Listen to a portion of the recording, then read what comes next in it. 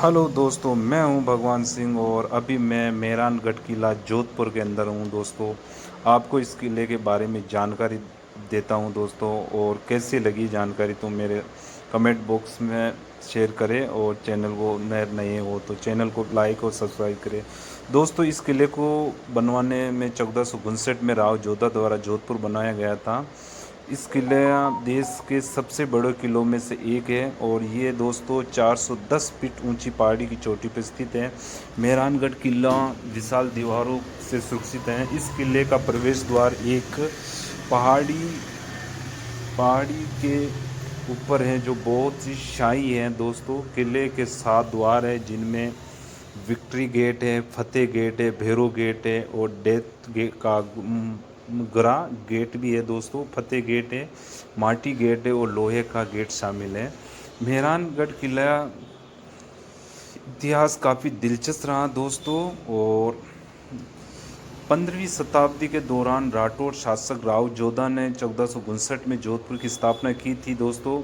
और राजा राम मल के पुत्र राव जोधा ने शेर को मंडोर से शासित किया था, लेकिन फिर उसने अपनी राजधानी को जोधपुर स्थानांतरित कर दिया था। इसके बाद उन्होंने बहुचरिया पहाड़ी पर किले की नींव रखी, जिसकी दूरी मंडोर से सिर्फ 9 किलोमीटर है दोस्तों। मेहरान का अर्थ होता है सूर्य, इसलिए राठौरों ने अपने मुख्य देवता सूर्य के नाम से इस किले को मेहरानगढ़ किले के रूप में नामित किया है दोस्तों। इस किले के मुख्य निर्माण के बाद जोधपुर के अन्य शासकों में मालदेव महाराज रहा है, अजीत सिंह महाराज रहा, तख्त सिंह महाराज रहा, हनवंत सिंह महाराज भी रहे। इस किले में अन्य निर्माण भी किए गए। मेहरानगढ़ दुर्ग के निर्माण के समय एक व्यक्ति स्व बल्ली चाहिए थी, जिसके लिए राजा राम मेघवाल ने स्व बल्ली भी दी दोस्तों। और अब अपन दोस्तों इस किले के अंदर चल रहे हैं, और ये दोस्तों किले के अंदर चढ़ते समय ये मार्ग हैं दोस्तों, और मैं आपको अंदर ले जाके वहाँ के अंदर के बारे में भी जानकारी दूंगा, और कैसे क्या व्यू रहा है दोस्तों। और दोस्तों इस किले की 500 साल की अवधि हो चुकी है। मेहरानगढ़ किले को महलों को बनाया गया था। और दोस्तों अंदर चलते हैं। ये है दोस्तों अंदर का नज़ारा, जो बहुत सारे भाले पड़े हैं दोस्तों, ताकि उस समय अधिकतर एक राजा दूसरे राज्यों पर आक्रमण करते थे, अपने शत्रु से युद्ध करते थे, तो ये भाला, तीर कमान आदि चीज़ों का उपयोग होता है दोस्तों। और यहाँ देखिए दोस्तों, एक अच्छी पेंटिंग भी बना रखी है। ये पेंटिंग हमें ये दर्शाती है उस वक्त में किस तरह के युद्ध होते थे, और युद्ध के बारे में बताया गया है। और ये उस समय राजाओं की बैठने की व्यवस्था बताई गई है दोस्तों। और यहाँ कुछ खंजर भी पड़े हैं दोस्तों। तो ये अभी मैं आपको दिखाता हूँ। ये देखिए दोस्तों, ये कुछ बंदूकें हैं, ये कुछ खंजर होते हैं जो छोटे छोटे हैं, और ये शायद अंग्रेज़ों के दौर से पहले की तोपें बंदूकें हुआ करती थी दोस्तों। ये बंदूकें हैं जिसके अलग अलग डिजाइन हैं, और ये छोटे औजार है जो खंजर बोलते थे दोस्तों। और ये तलवारें हैं दोस्तों इस गढ़ के अंदर पूरी। और ये एक ऐसी पोशाक थी दोस्तों जो राजा महाराजा युद्ध के समय अपनी सुरक्षा के लिए पहनते थे। हाथों के गुलदस्ते हैं, और ये बाजू है हाथों के। और ये तलवारें देखी दोस्तों, अलग अलग आकृति की अलग अलग तलवारें होती थी। और वाकई में ये तलवारों का दिखने में इतनी है कि दोस्तों इसका वज़न भी काफ़ी होगा। और ये अलग अलग राजाओं के राज के दौरान अपनी की गई तलवारों के बारे में बताया गया है दोस्तों। ये उनकी बनाई गई पेंटिंगें भी हैं दोस्तों, जो देखने को मिलती हैं यहाँ। और दोस्तों ये तलवारें वाकई में ज़बरदस्त हैं। इतनी बड़ी अलग अलग राज्यों के अलग अलग आकृति की तलवारें यूज़ करते थे। और ये तलवारें वाकई में शाही तलवारें होती थी। इनकी नक्काशी अलग अलग है दोस्तों। अब मैं आपको बाहर की तरफ लेके चलता दोस्तों। ये बाहर की तरफ कितना शानदार नज़ारा नज़र आ रहा है। यहाँ पूरा गढ़ की बाहर की तरफ दिख रही है। ये पूरा सामने जोधपुर सिटी दिखाई दे रही है दोस्तों। और जोधपुर सिटी का जो अधिकतर मकानों का कलर दोस्तों ब्लू दिखाई दे रहा है, इसलिए इसे ब्लू सिटी के नाम से भी जाना जाता है दोस्तों। या पूरा अधिकतर मकानों के कलर नीले हो रखे हैं दोस्तों।